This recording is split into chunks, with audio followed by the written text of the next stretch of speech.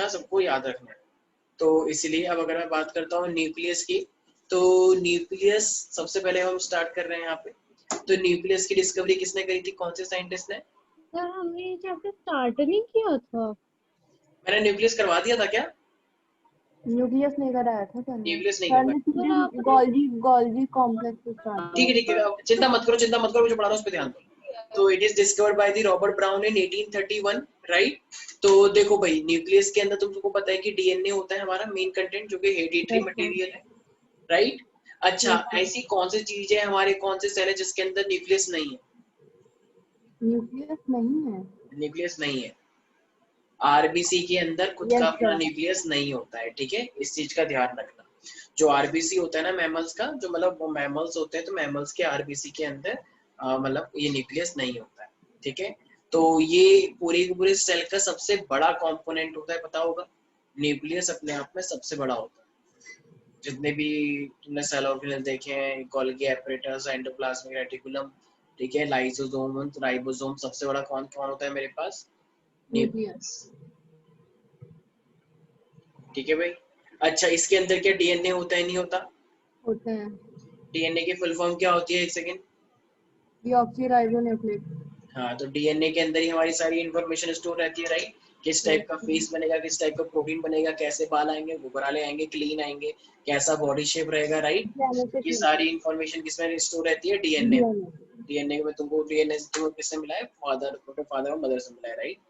अच्छा, कैनाई से जो हमारे पास सेल होती है, जो पूरा न्यूक्लियस है, न्यूक्लियस के ऊपर एक डबल मेम्ब्रेन होती है या एक सिंगल मेम्ब्रेन होती है? डबल मेम्ब्रेन होती है। तो इसका मतलब जो न्यूक्लियस है, न्यूक्लियस के पास भी दो मेम्ब्रेन होती है, तो it is surrounded by, so it means nucleus is surrounded by a double membrane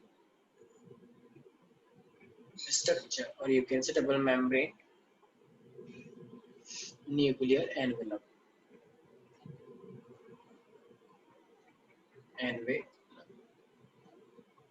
okay प्यारे प्यारे बच्चों, ठीक है। तो ये हमारे पास था। अच्छा देखो, ये जो बीच में, इनके बीच में स्पेस भी होता है, कुछ पोर्स बने होते हैं ताकि न्यूक्लियस का मटेरियल साइटोप्लाज्म में जा सके और साइटोप्लाज्म में न्यूक्लियस में आ सके, राइट। न्यूक्लियर पोर होते हैं। तो देखो, अब जनरली तो वैसे एक ही न्यूक्लियस होती है हर एक सेल के अंदर, लेकिन मैंने बताया था पैरामीशियम है। पैरामीशियम के अंदर कितनी न्यूक्लियस थी, याद है? मल्टी। दो न्यूक्लियस थी, मल्टी नहीं, दो थी, ठीक है। तो इसलिए इसको बोलते हैं पाई न्यूक्लिएटेड। याद आया प्यारे प्यारे बच्चों? अच्छा, मैंने तुम्हें बताया था मसल तीन टाइप की होती हैं, स्ट्रेटेड, अनस्ट्रेटेड एंड कार्डियक। कौन सी वाली मसल के अंदर बहुत सारे न्यूक्लियस थे? कौन सी वाली मसल के अंदर बहुत सारे न्यूक्लियस थे? स्ट्रेटेड मसल के अंदर भूल गए क्या? ठीक है, ये एक पूरा एक सेल माना जाता है ना फाइबर, तो इसमें बहुत सारी न्यूक्लियस हो गई ना। तो ये स्ट्रिएटेड थी ना, जिसका नाम स्केलेटल था। सब भूल गए हो पुरानी बातें? ऐसा याद है सर, जिसमें स्टेरिएशंस होती हैं। अनस्टेटेड में तो एक ही न्यूक्लियस था। तो अनस्टेटेड मसल के अंदर क्या होता है? Multi nucleated. बाकी बच्चे रिप्लाई नहीं करते हैं बिल्कुल भी, ठीक है। तो यहाँ तक किसी को कोई दिक्कत तो नहीं है भाई? ठीक है। तो देखो, न्यूक्लियस के अंदर भी ना बहुत सारा स्ट्रक्चर होता है, वो तुम लोगों को पता होना चाहिए। तो जब मैं न्यूक्लियस की बात करता हूँ, तो न्यूक्लियस के अंदर बेसिकली 5 पार्ट माने गए हैं, ठीक है। एक तरह से बोल सकते हो कि 5 कंपोनेंट है इसके। न्यूक्लियस 5 चीजों से मिलकर बना हुआ है। सबसे पहले इसे हम बोलते हैं न्यूक्लियर एनवेलप। न्यूक्लियर एनवेलप, ठीक है। दूसरा है न्यूक्लियोप्लाज्म। न्यूक्लियो जो अंदर अंदर लिक्विड भरा होता है। फिर है मेरे पास वो एक लिक्विड जो मतलब जो एक मैट्रिक्स होता है पूरा, ठीक है। न्यूक्लियोप्लाज्म तो है ही, उसी के अंदर जाके हमारे पास न्यूक्लियर मैट्रिक्स भी आता है, जो थोड़ा सेमी सॉलिड टाइप का सा होता है। फिर जो डीएनए होता है, डीएनए पूरा कंडेंस नेटवर्क बनाता है जिसे हम क्या बोलते हैं? Chromatin fibre.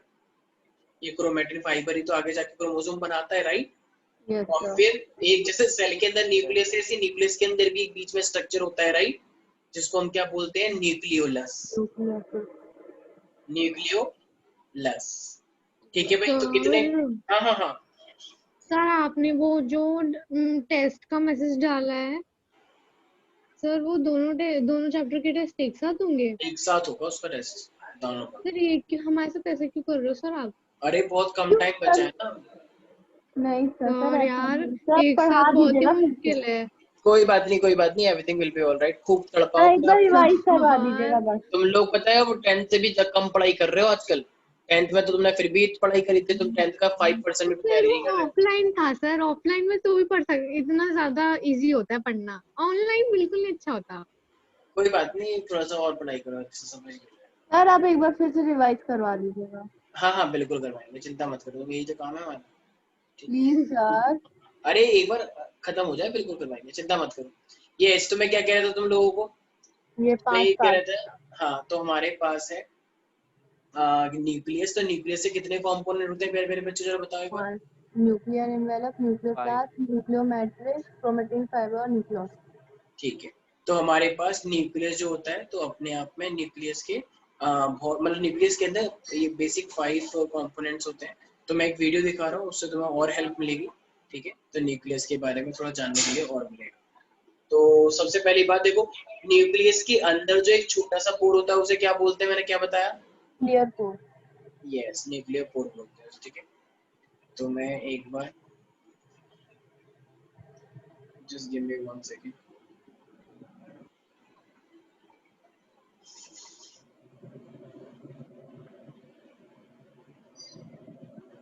देख पा रहे हैं बच्चे? हाँ sir. Yes, sir. Forms an envelope-like structure around the nuclear contents and is commonly known as the nuclear envelope. The nuclear envelope separates the nucleoplasm from the cytoplasm.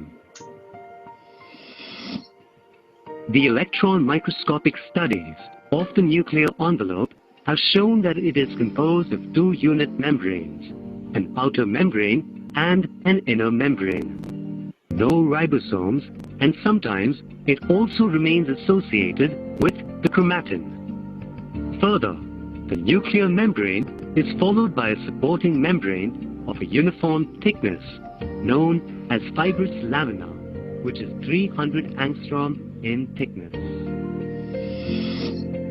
At certain places, the nuclear envelope is interrupted by the presence of small ये जो तुमने अभी ऊपर का structure देखा है, इसी को हम न्यूक्लियर एनवेलप बोलते हैं। ठीक है, तो ध्यान रखना है, ये जो मेरे पास ऊपर का जो स्ट्रक्चर है, यही मेरे पास न्यूक्लियर एनवेलप होता है। और ये न्यूक्लियर एनवेलप ही न्यूक्लियोप्लाज्म को साइटोप्लाज्म से सेपरेट करता है। ठीक है, ये जो ऊपर की लेयर है, तो ऊपर क्या होगा? साइटोप्लाज्म। और इस न्यूक्लियर एनवेलप के अंदर क्या है? न्यूक्लियोप्लाज्म। तो ये डबल लेयर न्यूक्लियोप्लाज्म। स्ट्रक्चर होता है। ठीक है, और इसके बीच में क्या इसके ऊपर पोर बने हुए हैं न्यूक्लियर एनवेलप के ऊपर? हाँ, तो इसी को हम क्या बोलते हैं? Nuclear pore. Yes, sir. ठीक है, तो ये न्यूक्लियर पोर ही न्यूक्लियस से साइटोप्लाज्म में लेके जाता है और साइटोप्लाज्म से न्यूक्लियस के अंदर लेकर जाता है material. structures called nuclear pores. देख The रहे हो ये number of pores? pores for a particular अभी पोर्स देखे सबने? Yes sir. nucleus is variable, yes sir. often depends on the species and type of the cell. Watson, 1959, has calculated the pore complex, sodium and तो ये अपने आप में एक nucleus का हाँ हाँ हाँ सर ये इसके आसपास क्या गोल्जी apparatus है? हाँ गोल्गी एपरेटस है। वैसे तो एंडोप्लाज्मिक रेटिकुलम देख रहे हो तुम, इतना बड़ा बड़ा जो है। गोल्गी एपरेटस थोड़ा सा छोटा होता है, गोल्गी एंडोप्लाज्मिक रेटिकुलम थोड़ा ज्यादा होता है। ठीक है, तो ओके वो सर। एंडोप्लाज्मिक रेटिकुलम तुम देख रहे थे। ठीक है, तो ये हमारे पास एक बेसिक स्ट्रक्चर अभी तुम लोगों ने देखा, राइट? तो अब अगर मैं यहाँ पे बेसिक स्ट्रक्चर की ही बात करता हूँ, आई हो सबको मेन स्क्रीन दिख रही है? Yes, yes sir. सर। ठीक है, तो इसका मतलब अगर मैं न्यूक्लियर एनवेलप की बात करता हूँ, तो न्यूक्लियर एनवेलप क्या करता है वैसे साहिल? आई मैंने Yes, बताया sir. क्या क्या करता है न्यूक्लियर एनवेलप? किसको किससे सेपरेट कर देता है? साइटोप्लाज्म को न्यूक्लियोप्लास्ट से सेपरेट रखता है। यस, तो अगर मैं न्यूक्लियर एनवेलप की बात करता हूँ, तो इट सेपरेट दी, तो ये सेपरेट करता है साइटोप्लाज्म को टू न्यूक्लियोप्लाज्म।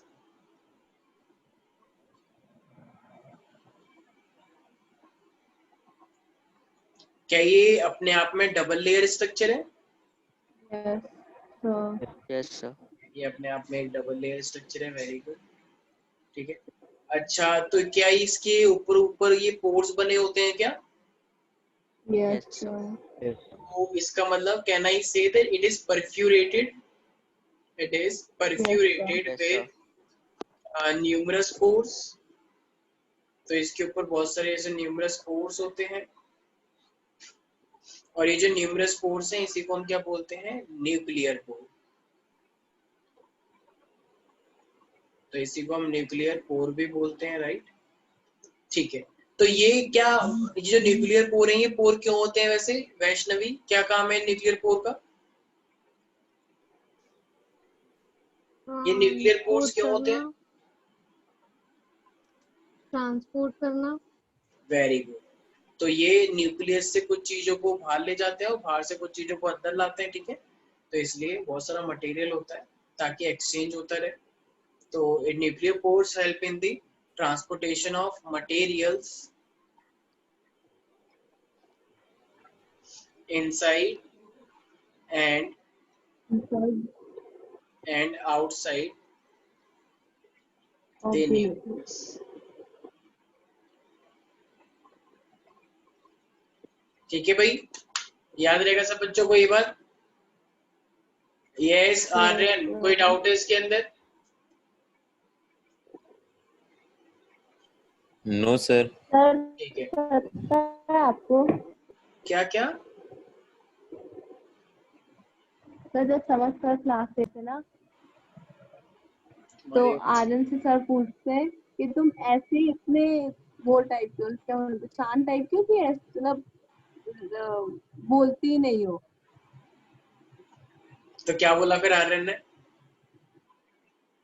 आर्यन ने कुछ नहीं कहा। आर्यन, तुम बोलते क्यों नहीं हो भाई? तुम घर पे भी चुप रहते हो क्या? किसने बोला था सर? अरे जो दूसरे सर हैं। आर्यन, तुम्हें बेटा मनमोहन सिंह किडनैप करके ले जाएंगे कि ये तो हमारे परिवार का है, ध्यान रखना। चंदन, ये अनुष्का सब एक जैसे हैं। चंदन को एक काम करो, चंदन और आर्यन तुम गठबंधन कर लो आपस में और सरकार बनाओ भाई, ठीक है? मनमोहन सिंह सरकार। ठीक ठीक है. ठीक है, अब हमारे पास आ रहा है न्यूक्लियोप्लाज्म। तो न्यूक्लियोप्लाज्म मेरे पास क्या होता है? ये एक ऐसा लिक्विड सा होता है, ठीक है? जिलेटिनियस लिक्विड सा होता है, तो जो कि एक न्यूक्लियस के अंदर भरा होता है। M I right? तो थोड़ा सा जेली होती है ना, जेली, यस तो सर। जेली जैसे को हम क्या बोलते हैं? Gelatinous liquid. तो ये एक ऐसा लिक्विड है जो कि किसके अंदर भरा होता है? Inside the nucleus. तो gelatinous liquid found within the nucleus. Okay, तो इसके बाहर क्या होगा? ऑफ कोर्स न्यूक्लियर मेम्ब्रेन होगा। अच्छा, तो इसके अंदर बहुत सारे स्ट्रक्चर तैरते होंगे ना न्यूक्लियोप्लाज्म के अंदर? तो न्यूक्लियोप्लाज्म के अंदर क्या क्या चीज देखने को मिलेगी? एक तो न्यूक्लियस देखने को मिलेगा, राइट? एक क्रोमैटिन देखने को मिलेगा। क्रोमैटिन फाइबर किसका बना होता है? मैंने बताया क्रोमैटिन फाइबर किसका? यस बिल्कुल, क्रोमोसोम बोल सकते हो या फिर डीएनए बोल सकते हो, राइट? बहुत सारे एंजाइम्स हो सकते हैं एक्सेट्रा। ठीक है, लेकिन फिर बहुत वो सारे। दोनों डिफरेंट नहीं हो गए कौन? सर? डीएनए और क्रोमोसोम। डीएनए की फोल्डिंग होने के बाद क्रोमैटिन बनता है। जब डीएनए बहुत बार फोल्ड होता है ना बहुत सारे प्रोटीन के साथ, तो वो क्रोमैटिन बनता है, और क्रोमैटिन का फोल्ड होने से क्रोमोसोम बनता है। तो फिर पहले डीएनए, फिर क्रोमैटिन और फिर क्रोमोसोम, ठीक है? Okay sir. तो सबसे छोटा स्ट्रक्चर डीएनए, उससे बड़ा क्रोमैटिन और उससे भी बड़ा क्रोमोसोम। याद रहेगा प्यारे प्यारे बच्चों? ठीक है, इसी के अंदर बहुत सारे प्रोटीन स्ट्रक्चर्स होते हैं, फाइब्रिल्स होते हैं, बहुत सारे प्रोटीन ऐसे तैर रहे होते हैं इसके अंदर, उसे हम बोलते हैं न्यूक्लियर मैट्रिक्स, ठीक है? तो बहुत सारा नेटवर्क तुम्हें मिलता है न्यूक्लियस के अंदर, ठीक है? बहुत सारे प्रोटीन फाइबर्स दिखते हैं तुम्हें जो ऐसे चल रहे, ऐसे होते हैं प्रोटीन स्ट्रक्चर्स, तो उसको हम क्या बोलते हैं? Nuclear matrix. तो ये न्यूक्लियर मैट्रिक्स क्या होती है प्यारे प्यारे बच्चों? तो न्यूक्लियर मैट्रिक्स के अंदर सबसे ज्यादा क्या मिलता है? मैंने अभी बताया। यस, तो न्यूक्लियर जो मैट्रिक्स होती है उसके अंदर सबसे ज्यादा मिलता है हमें न्यूक्लियर फाइबर्स, ठीक है? तो फाइन, बहुत ही छोटे छोटे पतले पतले fine protein containing fibrils, fibres भी बोलते हैं उसको, ठीक है भाई? तो ये फाइनली जो है ये न्यूक्लियोप्लाज्म जो है ये एक ऐसा स्केलेटन बनाता है, एक ऐसी शेप सी बनाता है, पूरे स्ट्रक्चर की।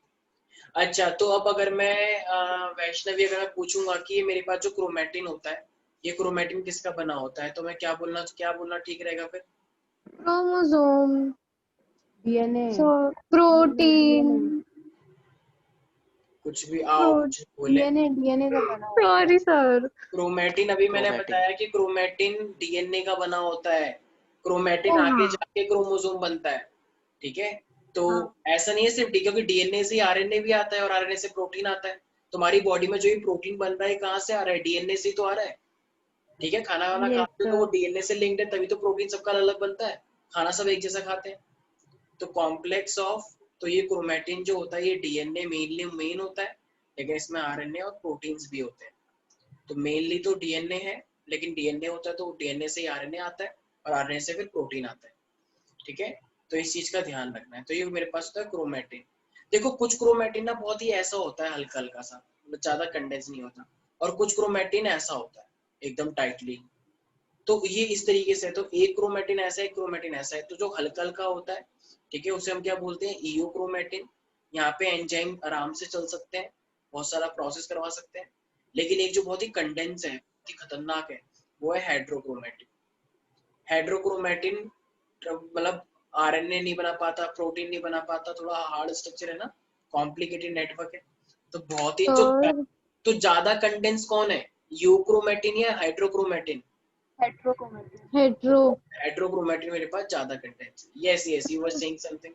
हाँ सर, मैं कह रही थी सर, जैसे हम ह्यूमंस में तो डीएनए है, ठीक है, और प्लांट्स में भी शायद डीएनए ही होता है, तो सर सिर्फ वायरसेस में ही डीएनए और आरएनए होता है? नहीं, वायरस तो जो होता है वही डीएनए आरएनए हर जगह पे होते हैं। यस अब सर, कौन सा वायरस किसका जेनेटिक रहता है। मटेरियल है? जेनेटिक मटेरियल मतलब वो जो डिसाइड करेगा तुम्हारी बॉडी में किस टाइप का प्रोटीन बनना चाहिए, कैसा नहीं। जैसे एड्स है, एड्स नहीं, की लेकिन सर दोनों नहीं हो सकता ना, नहीं नहीं जैसे दोनों वायरस में दोनों कैसी, होता है। नहीं, ऐसा वायरस में एक एक होता है। सेकेंड एक बारी में दोनों? एक सेकेंड। हमारी बॉडी में डीएनए होता है, डीएनए से एक बनता है एमआरएनए, मैसेंजर आरएनए। जब तुम 12th में यस आओगे तो सर। पढ़ोगे, ये प्रोसेस कहलाता है ट्रांसक्रिप्शन।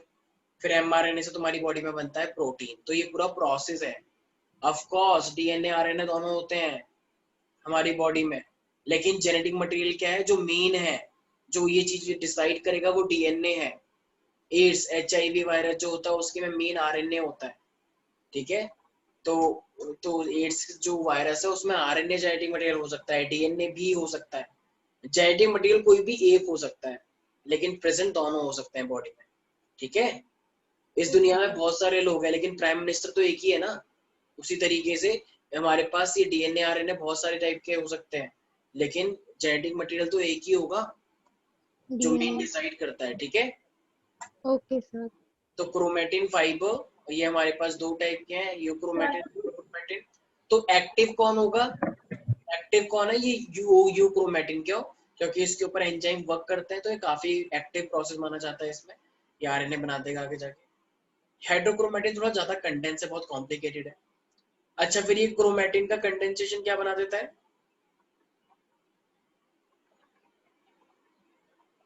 क्रोमेटिन का कंडेंसेशन क्या बनाता है? बताया था अभी, क्रोमोसोम।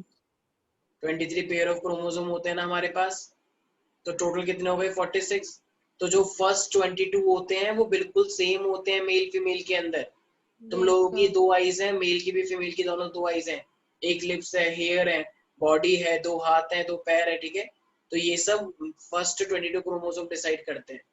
लेकिन जो 23rd नंबर वाला क्रोमोसोम है वो मेल और फीमेल के अलग होते हैं, तभी तो मेल फीमेल अलग होता है। जो मेल के पास है वो फीमेल के पास नहीं होगा, जो फीमेल के पास है वो मेल के पास नहीं होगा। तो ये डिसाइड करता है 23rd नंबर वाला, ठीक है। That's why it is called sex chromosome, ठीक है। ये पर्टिकुलर सेक्स के लिए रिस्पॉन्सिबल है, ठीक है, सेक्स फीचर्स के लिए। तो जो चीजें, वेरी गुड, गाना तो बहुत अच्छा गा रहे। तो जो चीजें बिल्कुल सेम है वो है ऑटोसोम्स। ऑटोसोम का मतलब जो सेम होते हैं मेल फीमेल में, और जो अलग है वो है मेरे पास सेक्स क्रोमोसोम, ठीक है भाई, याद रहेगा प्यारे प्यारे बच्चों, यस सर। ठीक है। तो ये जो क्रोमोसोम होते हैं ये किसके बने होते हैं मेरे पास? क्रोमोसोम क्रोमैटिन का। क्रोमैटिन किसका बना है? Chromatin. डीएनए का। DNA का. एनआई से chromosomes are the tight bundles of chromosome, tightly coiled structures. Chromosome के अंदर अच्छा. क्या होता है? क्रोमैटिन होता है। Chromatin. और क्रोमैटिन किसका बना होता है? DNA. डीएनए। और डीएनए टाइटली पैक्ड हो रखा है या हल्का हल्का? Type tightly, 2. टाइटली कॉइल्ड हो रखा है, ठीक है ना? Tightly coiled DNA.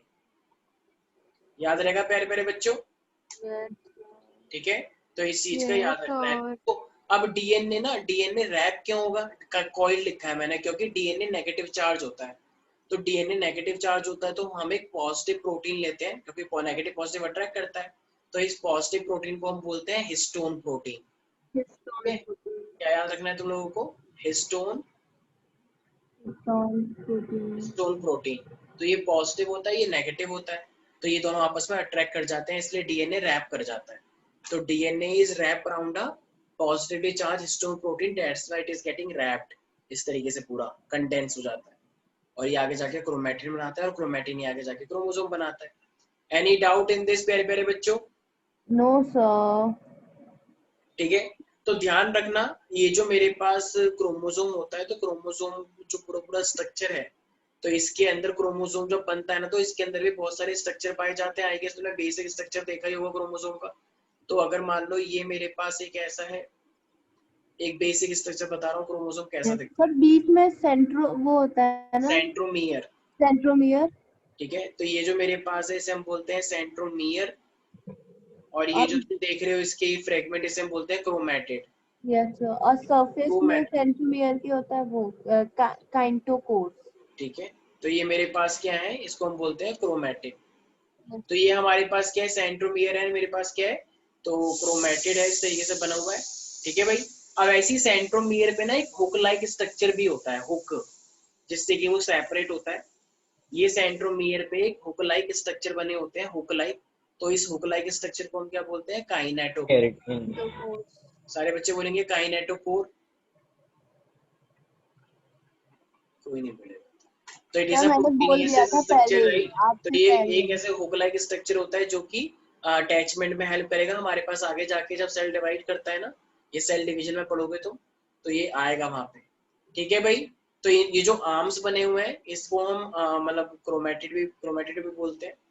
तो आई होप ये बेसिक आर्म्स जो तुम देख रहे हो, तो हमारे पास बहुत सारे टाइप के क्रोमोसोम हो सकते हैं, क्योंकि ये सेंट्रोमियर की पोजीशन अलग अलग हो सकती है। यस मान सर. लो अभी जो मैंने बनाई एकदम बीच बीच में ना, तो इसको हम क्या बोल सकते हैं? तो चलो एकदम नॉर्मल स्ट्रक्चर है। मान लो, मेटा. हाँ, अगर सेंट्रोमियर ऊपर आ जाए और ये इस तरीके से सिर्फ नीचे नीचे रह जाए, ये ऊपर आ जाए बिल्कुल, तो इस टाइप को हम क्या बोलते हैं? टीलोसेंट्रिक। पढ़ा होगा ना? Yes sir. मान लो अगर ये बीच में आ जाए थोड़ा सा, मतलब बीच वाले में से भी थोड़ा सा ऊपर आ जाए, दो छोटे हो गए और दो बड़े हो गए, तो इसको हम क्या बोलते हैं? Metacentric. Metacentric, M I right? Yes इस सर. तरीके से अगर वो मान लो थोड़ा सा और थोड़ा सा छोटा हो जाए, इस तरीके से, तो इसको हम क्या बोलते हैं? सब मेटासेंट्रिक। मेटासेंट्रिक. सब मेटासेंट्रिक। ठीक है, ऐसे मेरे पास एक होता है एक्रोसेंट्रिक, उसमें भी और छोटा हो जाएगा। तो इसका मतलब मेरे पास ये टाइप्स ऑफ क्रोमोसोम है जो सब बच्चों को पता होने चाहिए, राइट? तो यस. टाइप्स ऑफ क्रोमोसोम में मेरे पास आई होप सबको समझ में आ रहा होगा इसके अंदर। Yes. तो ये डायग्राम बनाने के लिए अपने आप में काफी ज्यादा आता है, ठीक है। तो मैं एक बार दिखा देता हूँ, तो तुम्हें थोड़ा सा और एक बेसिक आइडिया लग जाएगा, ठीक है। तो एक second just.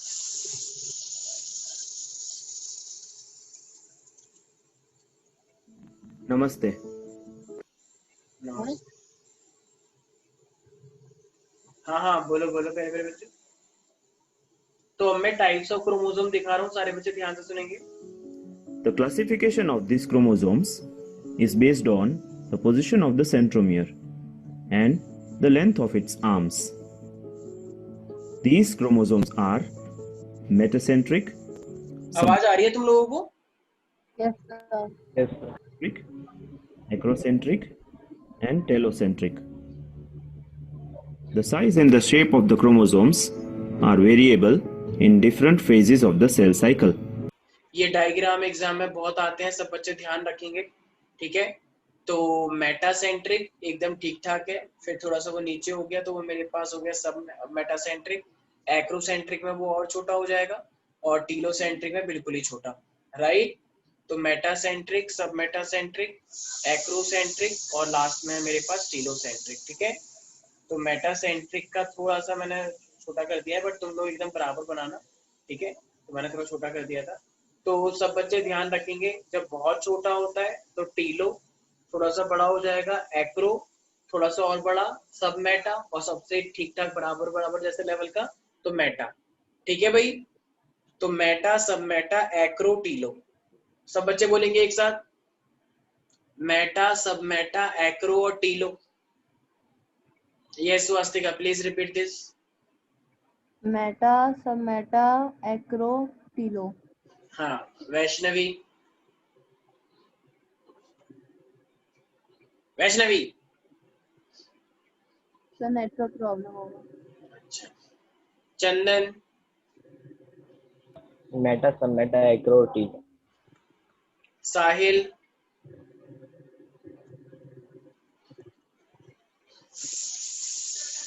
Sir Sahil Aryan, class में भी। Aryan, meta, sub meta, acro और टीलो। ठीक है। तो ये क्रोमोसोम का टाइप्स है, वो भी किस बेसिस पे, सेंट्रोमियर के बेसिस पे। पोजीशन तो पे। बीच में जो है मेरे पास उसे हम क्या बोलते हैं, सेंट्रोमियर, और ये जो इसकी आर्म्स निकल रही है इसे हम क्या बोलते हैं, क्रोमाटिड। तो क्रोमेटिड। तो ये एग्जाम में बहुत आएगा, ध्यान रखना, डायग्राम बनाने के लिए आता Are है। variable in different phases of the cell cycle. Metacentric chromosomes. In metacentric chromosomes, the centromere is located exactly at the center of the chromosomes. So, these chromosomes will have two arms that are of equal lengths. The chromosome number 1 and 3 in humans are metacentric chromosomes. Submetacentric chromosomes. In submetacentric chromosomes, the centromere is slightly away from the midpoint. Submetacentric chromosomes appear L-shaped. Human chromosomes from 4 to 12 are submetacentric chromosomes. इसका मतलब 4 to 12 तक एक size, एक नीचे का थोड़ा ज्यादा बड़ा हो सकता है, ऊपर का थोड़ा छोटा हो सकता है, राइट। तो सब मेटा हो गया वो। Subterm, one arm J-shaped. ये मेरे पास J shaped 22 are acrocentric chromosomes. Next वाला एक्रोसेंट्रिक, ठीक है भाई। तो आई गेस ये चीज समझ में आ चुकी होगी, the types of chromosome. Am I right everybody? Yes sir. तो ये एग्जाम का बहुत ही इंपॉर्टेंट पोर्शन है, सब लोग बिल्कुल याद रखेंगे, ठीक है। तो अब ये तो था मेरे पास, अब लास्ट में मेरे पास क्या बचता है, न्यूक्लियोलस। अच्छा, जिस तरीके से सेल के अंदर न्यूक्लियस होता है उस तरीके से न्यूक्लियस के अंदर भी एक न्यूक्लियोलस होता है, राइट। Yes sir. जैसे ये सेल है, सेल के अंदर न्यूक्लियस, ऐसे न्यूक्लियस के अंदर भी एक छोटा सा पार्ट होता है जिसे हम न्यूक्लियोलस बोलते हैं, ठीक है। तो ये न्यूक्लियोलस के अंदर बेसिकली क्या होता है, ये तो यूकैरियोटिक के अंदर ही होता है वैसे सबसे ज्यादा। तो इसके अंदर होता है कि एक ऐसा रीजन है जो क्या बनाता है, आरआरएनए। आरआरएनए का मतलब होता है राइबोसोमल आरएनए, जो प्रोटीन बनाने का काम करेगा, ठीक है। तो ये क्या बनाता है मेरे पास, राइबोसोमल आरएनए बनाता है, और राइबोसोमल आरएनए तुम्हारी बॉडी में प्रोटीन बनाने में बहुत बड़ा रोल प्ले करता है, ठीक है भाई। याद रहेगा सब बच्चों को? Yes sir. तो इस चीज का ध्यान रखना है। तो न्यूक्लियोलस मेरे पास एक मेन सेंटर है जहाँ पे मेरे पास आरआरएनए बनकर आएगा, मेन सिंथेसिस होगी, ठीक है। और ये सेंट्रल पार्ट है एक तरह से न्यूक्लियस का। तो भाई किसी को भी कोई दिक्कत तो नहीं है? तो ये आज जो हमने पढ़ा है, ये पढ़ा पूरा न्यूक्लियस के बारे में। तो ये जेनेटिक इंफॉर्मेशन के लिए और कुछ केमिकल रिएक्शंस के लिए बहुत इंपॉर्टेंट माना जाता है, ठीक है भाई। तो अब आप लोगों को ध्यान रखना है क्या, कि देखो भाई, अब जैसे मेरे पास एंडोमेम्ब्रेन है, ठीक है, एंडोमेम्ब्रेन सेंटर में। तो एंडोमेम्ब्रेन सेंटर का मतलब क्या होता है, एक ऐसी मल्टीपल मेम्ब्रेन ऑर्गेनेल जो साइटोप्लाज्म में मिलते हैं, राइट। जैसे कि नाम सुना है कभी एंडोप्लाज्मिक रेटिकुलम, Yes, नाम सुना है गोल्गी एपरेटस? कभी तुम yes, लोगों ने नाम सुना है lysosome. लाइसोसोम? ठीक है, आई गेस सर ने बताया भी होगा इन सब के बारे में एंडोमेम्ब्रेन Yes, सिस्टम के अंदर। तो एंडोमेम्ब्रेन के सिस्टम का नाम मतलब एंडोमेम्ब्रेन सिस्टम क्यों पड़ा? क्योंकि क्योंकि इनके ये जो एक जैसे मतलब कोऑर्डिनेटेड फंक्शंस रहते हैं। हाँ, और इनके पास मेम्ब्रेन भी होती है ना Yes, अपनी। ठीक है, एंडोमेम्ब्रेन सिस्टम का मतलब क्या है? मल्टीपल मेम्ब्रेन स्ट्रक्चर जो होते हैं हमारे पास, तो ये एंडोमेम्ब्रेन सिस्टम है। तो ये मल्टीपल मेम्ब्रेन मतलब मल्टीपल मेम्ब्रेन कंटेनिंग ऑर्गेनेल्स है, जो कि ये काफी इंपॉर्टेंट रोल प्ले करते हैं। तो एंडोमेम्ब्रेन क्या क्या हो जाएंगे? जैसे मैं बोल सकता हूँ कि ईआर एंडोप्लाज्मिक रेटिकुलम। क्या मैं ER, गोल्गी Golgi. एपरेटस बोल सकता हूँ? Golgi apparatus. Yes, sir. क्या मैं लाइसोसोम बोल सकता हूँ? Yes, sir. Vacuoles. बिल्कुल। वैक्यूल्स बोल सकता हूँ क्या मैं? बिल्कुल। Yes, sir. और ऐसी क्या मैं न्यूक्लियर एनवेलप भी बोल सकता हूँ क्या? हाँ, ऐसे मेरे पास न्यूक्लियस एनवेलप, उसमें भी तो मेम्ब्रेन है, न्यूक्लियर एनवेलप बोलो, राइट? तो ये पूरा पूरा अपने आप में क्या था? एक एंडो मेम्ब्रेन है। तो ये सब बहुत सारे फंक्शन परफॉर्म करते हैं, पैकेजिंग, लेबलिंग, अलग अलग टाइप का स्ट्रक्चर परफॉर्म करते हैं, राइट? तो आई गेस सर ने तुम लोगों को बताया होगा एंडोप्लाज्मिक रेटिकुलम के बारे में। सब लोगों को पता है भाई ये सब क्या है मेरे पास मतलब organelles, cell ऑर्गेनेल्स है organelles. ना। तो जो जैसे मैं बताता मिनिस्टर होना अच्छी बात होती है सरकार के अंदर, तो इसी तरीके से मेरे पास एंडोप्लाज्मिक रेटिकुलम है। तो ये क्या काम करेगा? देखो ये वैसे दो टाइप के होते हैं, तुम्हें पता होगा। एक स्मूथ और एक रफ.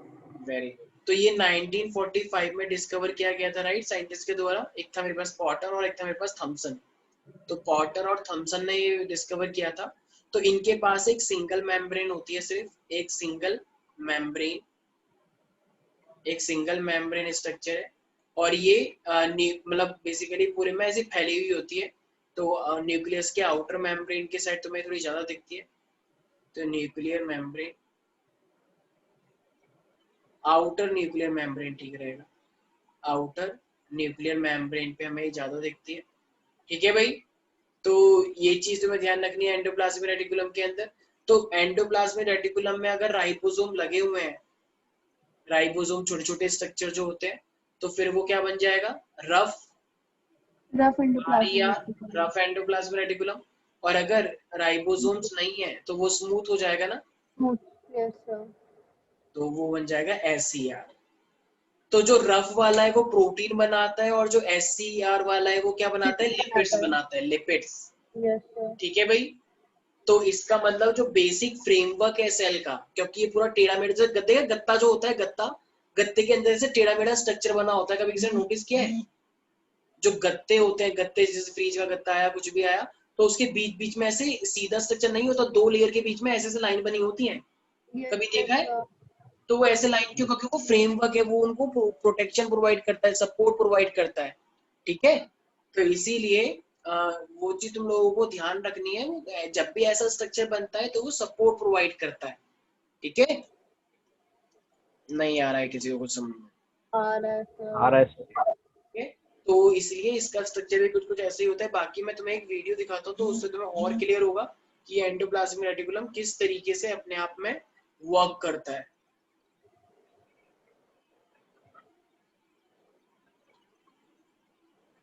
तो इसके अंदर जैसे सिस्टर्ने, वेसिकल्स, ट्यूब्यूल, देखो मेनली ना, मेन बात है कि हमारे पास कुछ इस टाइप की चीजें, जैसे मान लो तुमने कुछ भी खाया तो वो पैकेज होता है, मॉडिफाई होता है, ठीक है, स्टोर भी करना होता है। तो पैकेजिंग, ये सब चीजें बहुत मोस्ट कॉमन होती हैं। तो मैं एक बार एक चीज दिखा देता हूँ, ये किस तरीके से, ये स्ट्रक्चर देख पा रहे हो कैसा टेढ़ा मेढ़ा सा न्यूक्लियस के बाहर? Yes. The nucleus is the most important organelle in the cell. It stores the cell's genetic material. The genes in the nucleus are essentially your body's blueprint. It determines if your eyes are blue or brown, whether you are tall or short, अभी nucleus के or बारे में even बताया, planet, and the gene is surrounded by the endoplasmic reticulum. Nucleus is The surrounded by endoplasmic reticulum is a continuous membrane system directly connected to the membrane surrounding the nucleus. The endoplasmic तो nucleus reticulum के forms a series of flattened nucleus के बाहर क्या होता है फिर? Endoplasmic reticulum, ये देख पा रहे हो? इस तरीके से ये रहा, ये 3 डायमेंशनल स्ट्रक्चर है, ये ऐसे देख रहे हो, यस सर। ये वाला ये 3 डायमेंशनल, मैं ऐसे दिखा सकता हूँ। देखो ये जो पूरा का पूरा तुम्हें देख पा रहे हो, ये पूरा का पूरा अपने आप में न्यूक्लियस है ये, ठीक है। और ये न्यूक्लियस की जो इस साइड तुम देख रहे हो, ये वैष्णवी दिख रहा है ये सब। तो जरा बताना देखो यहाँ पे तुम एक देख पा रहे हो, जूम करके देखो, ये डॉट डॉट दिख रहा है, ये वाला स्ट्रक्चर डॉट डॉट, ये छोटे छोटे डॉट डॉट दिख रहे हैं। Yes sir. तो ये रफ होगा या स्मूथ होगा? ये रफ होगा। और ये जो बाहर बाहर की साइड है ये वाला, और ये वाला तुम स्मूथ देख होगा। रहे हो, स्मूथ ये होगा। साइड साइड में। तो स्मूथ। इसका मतलब न्यूक्लियस के आसपास रफ एंडोप्लाज्म रेटिकुलम होता है या स्मूथ? रफ। रफ होता है। और प्लाज्मा मेम्ब्रेन की साइड स्मूथ। स्मूथ, क्योंकि भाई इस साइड तो प्लाज्मा मेम्ब्रेन ही होगा ना, देख रहे हो नीचे की साइड ये। अब ऊपर Plasmic की side reticulum forms a series of flattened sacs that we can see ahead of us. It performs many functions and is very important in the synthesis, modification, folding, and transport of proteins in the cell. अभी तुम लोगों ने ध्यान There से are सुना, क्या बोला? सारे बच्चे ध्यान से very फंक्शन को। important in the synthesis, modification, folding, and transport of proteins in the cell. There are 2 types of endoplasmic reticulums in a eukaryotic animal cell. The smooth endoplasmic reticulum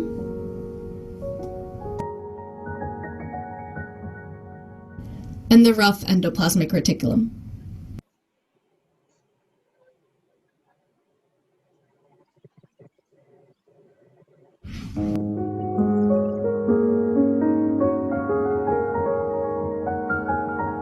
ये तो फिर स्वास्थ्य का ये जो छोटे छोटे The rough endoplasmic reticulum ये छोटे छोटे से जो है, यस सर। क्या? ये छोटे छोटे से जो बने हुए हैं ये क्या है? ये पोर्स है। पोर्स नहीं है, ये राइबोसोम्स हैं। अच्छा। जब इस एंडोप्लाज्मिक रेटिकुलम पे राइबोसोम अटैच हो जाते हैं तभी तो वो रफ बनते हैं, यस सर। ठीक है। तो वो रफ है। और देखो इस वाले के पास नहीं है, ये दिख रहा है, ये वाला, ये यस नीचे सर, की साइड, इसीलिए वो स्मूथ है। ये वाला, reticulum ये we वाला। see क्या इसके here ऊपर कोई डॉट दिख रहा है तुम लोगों को? नहीं नहीं दिख सर। रहा ना? देखो ये has पूरा का many पूरा जो tiny इसमें bodies ये क्या है, attached to smooth it. है। तो ये These वाले bodies are ऊपर की ribosomes. साइड मैंने तुम्हें दिखाया, The ribosomes ये are where पूरा पूरा proteins क्या are है, rough. synthesized. There are also ये पूरा का पूरा रफ है, ये वाला इतना हिस्सा, और ये बाहर बाहर की साइड स्मूथ है। तो इनका काम होता है पैकेजिंग, स्टोरिंग, ट्रांसपोर्ट, ठीक है। याद रहेगा प्यारे प्यारे बच्चों। Yes sir. Yes, sir. ये एंडोप्लाज्मिक रेटिकुलम का एक मेन फंक्शन है, तुम लोगों को ध्यान रखना है। तो एंडोप्लाज्मिक रेटिकुलम जो होता है वो एक लार्ज सरफेस एरिया प्रोवाइड करता है, ताकि जहाँ पे most of the metabolical activity take place हो सके, फिजियोलॉजिकल प्रोसेस टेक प्लेस हो सके, ठीक है भाई। तो एंडोप्लाज्मिक रेटिकुलम जो है वो 2 टाइप का होता है। तो अगर राइबोसोम अटैच है तो रफ, नहीं अटैच है तो स्मूथ। स्मूथ थोड़ा बाहर की साइड होता है और न्यूक्लियस की साइड रफ होता है, राइट। तो क्या मैं बोल सकता हूँ कि सपोर्ट भी प्रोवाइड करता है?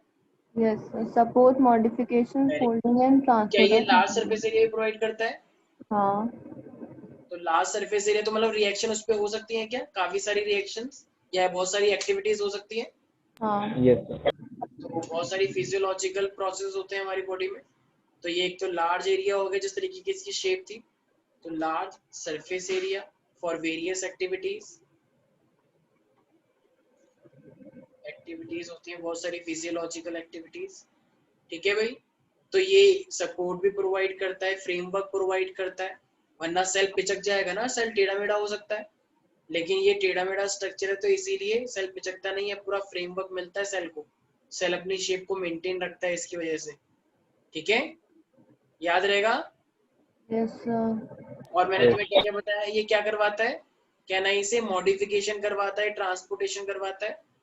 कोई भी चीज तुम खाते हो तो उसको मॉडिफाई करता है, तोड़ता है, ठीक है, स्टोर भी करता है, तो ट्रांसपोर्ट भी करवाता है, न्यूक्लियस से साइटोप्लाज्म, साइटोप्लाज्म से न्यूक्लियस, ठीक है भाई। तो इस चीज का ध्यान रखना है। जैसे कि मैंने RER बताया, तो राइबोसोम तो हमेशा प्रोटीन बनाते हैं, तुम लोगों को पता ही है। तो RER क्या बना करेगा मेरे पास, रफ एंडोप्लाज्मिक रेटिकुलम। तो कहना ही से ये हमारी बॉडी में प्रोटीन बनाता है, ठीक है, प्रोटीन की सिंथेसिस करवाता है। और नॉट ओनली दिस, ये हमारे पास कार्बोहाइड्रेट भी बना सकता है, ठीक है। और ये प्रॉपर फोल्डिंग भी करवाता है प्रोटीन्स की, फोल्डिंग ऑफ प्रोटीन्स। इसके पास राइबोसोम्स होते हैं, रफ एंडोप्लाज्मिक रेटिकुलम के पास राइबोसोम्स होते हैं, ठीक है, राइबोसोम्स। लेकिन SCR के पास राइबोसोम्स नहीं होता है। नहीं होते हैं। तो ये क्या करवाता है फिर, ये क्या बनाता है, ये बना यस, लिपिड ये सिंथेसिस ऑफ लिपिड्स करवाता है। और लिपिड्स का मतलब स्टेरॉइड क्या होता है, थोड़े से हार्मोन। ये फैट मॉलिक्यूल्स होते हैं ना लिपिड्स। Yes sir. तो ये लिपिड्स क्या एक तरह से फैट मॉलिक्यूल है। लिपिड्स हो गए, फॉस्फोलिपिड्स हो गए, फॉस्फोलिपिड्स। स्टेरॉइड्स होते हैं हमारी बॉडी में बहुत अच्छा। सारे, जैसे टेस्टोस्टेरोन, राइट। Yes sir. तो ये स्टेरॉइड्स कहलाते हैं। तो लिपिड्स एंड दी फॉस्फोलिपिड्स याद रखना है, ठीक है भाई। अच्छा, हमारी बॉडी में जैसे कभी कभी ना बहुत सारे कुछ टॉक्सिक वेस्ट भी जाते हैं, तो ये उसका डिटॉक्सिफिकेशन भी करता है लिवर के अंदर। तो लिवर के अंदर तुमने देखा होगा ना, लिवर हमारी बॉडी में डिटॉक्सिफिकेशन करता है चीजों का, ड्रग्स का, जो भी चीज हम लेते हैं, तो दवाई वही टाइप से। तो डिटॉक्सिफिकेशन इन लिवर भी कौन करवाता है, ये SCR करवाता है। SCR। याद रहेगा सब बच्चों को भाई। Yes sir. और Yes, स्मूथ एंडोप्लाज्मिक रेटिकुलम एक ऐसा सेल ऑर्गेनेल है जो दूसरे सेल ऑर्गेनेल को भी बनाने की क्षमता रखता है। जैसे नाम सुना है गोल्गी एपरेटस, यस सर। नाम सुना है लाइसोसोम, अभी आएगा आगे, वैक्यूल। तो ये इन को भी बनाता है, ठीक है।